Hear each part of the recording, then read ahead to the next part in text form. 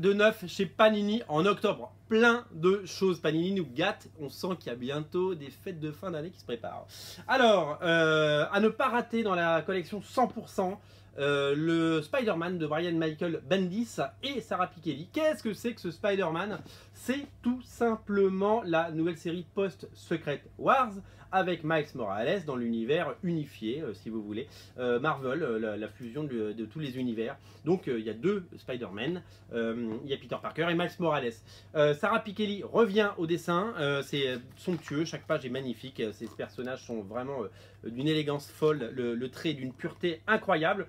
Et c'est tout simplement la suite du deuxième omnibus qui arrivera dans quelques jours, dans quelques semaines. Le premier omnibus sur Ultimate Spider-Man, on ne le trouve plus. Le deuxième, il arrive, donc il faut vraiment le précommander parce que ça va être un carton pareil. Et ça, c'est la suite. Donc vous pourrez mettre à la suite les deux omnibus et cette série. Et vous aurez l'intégralité des épisodes de Miles Morales à date. Voilà, ça c'est vraiment une très bonne lecture. Brian Michael Bendis a toujours bien écrit Spider-Man. Que ce soit Peter Parker ou Miles Morales, c'est toujours excellent. Je vous invite vraiment à le sauter dessus. Celui-là, je le garde pour moi. Voilà.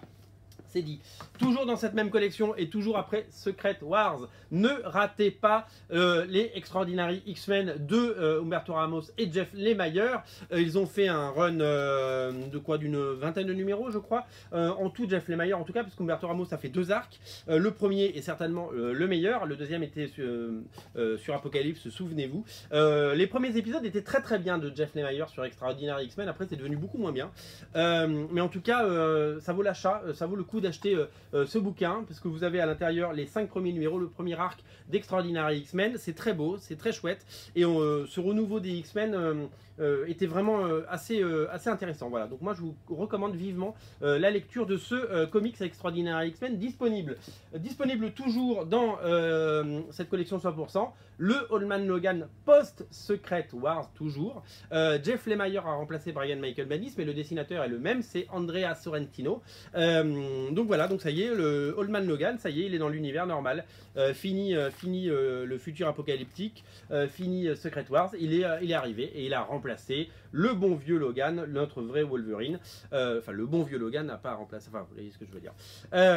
Donc voilà, donc c'est une série qui continue d'ailleurs aux États-Unis avec le retour de Wolverine très bientôt, du vrai Wolverine. Que va-t-il devenir de lui? Je ne sais pas. Qu'est-ce que je peux... Alors oui, ça j'adore. Vous savez que les Inhumans, les Inhumains sont sortis sur ABC. Je crois que ça marche pas très fort et je crois que c'est pas très bien non plus. J'ai pas vu. La série a l'air d'être partie pour pas durer très longtemps. Mais qu'importe, parce qu'il y a des bons comics sur les Inhumans. Il y a notamment ce premier tome, donc toujours dans cette même collection. Matt Fraction et Charles Soule au scénario. Ça reprend les deux épisodes de la série Inhumanity, qui était un peu le prologue, et les 6 premiers épisodes de Inhumans.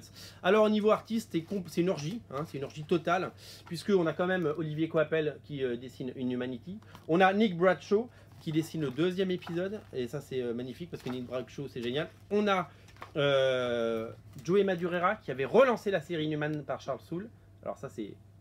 Excusez-moi du peu, mais c'est le top du top. Et à l'après, c'est Ryan Stegman qui a fait quasiment... Alors ça, c'est du Joey Madureira, je vous montre. Et après, on a, voilà, on a Ryan Stegman qui a fait tous les épisodes d'après de cette première série Inhumans lors du relaunch. Voilà, si vous voulez découvrir du très bon Inhumans moderne frais, c'est ça qu'il faut lire. C'est vraiment, vraiment étonnant. Et voilà, c'est vraiment... Ils ont voulu prendre la place des X-Men, ils ne l'auront pas pris dans notre cœur en tout cas. Mais en tout cas, c'est vraiment de très beaux auteurs pour une très très bonne série. Toujours chez Panini, ne ratez pas Dark Maul de Cullen Bunn et Luke Ross.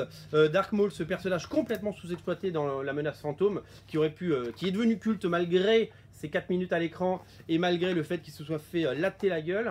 C'est un personnage qu'on adore, qui est devenu culte comme beaucoup de gens. Boba Fett, il a 1 minute 30 dans le Retour du Jedi et tout le monde ne parle que de Boba Fett depuis 35 ans.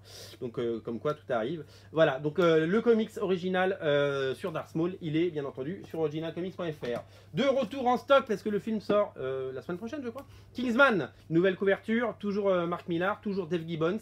Si vous le cherchez partout et si vous voulez lire la BD avant d'aller voir le deuxième film, eh bien sachez qu'elle est là tout simplement, c'est disponible. Et enfin on termine avec les 4 derniers titres à l'occasion des 20 ans de Panini, puisque nous avons droit à Hulk, Hulk gris de Jeff Loeb et Tim Sale, avec une couverture de Jean-Louis Mourier.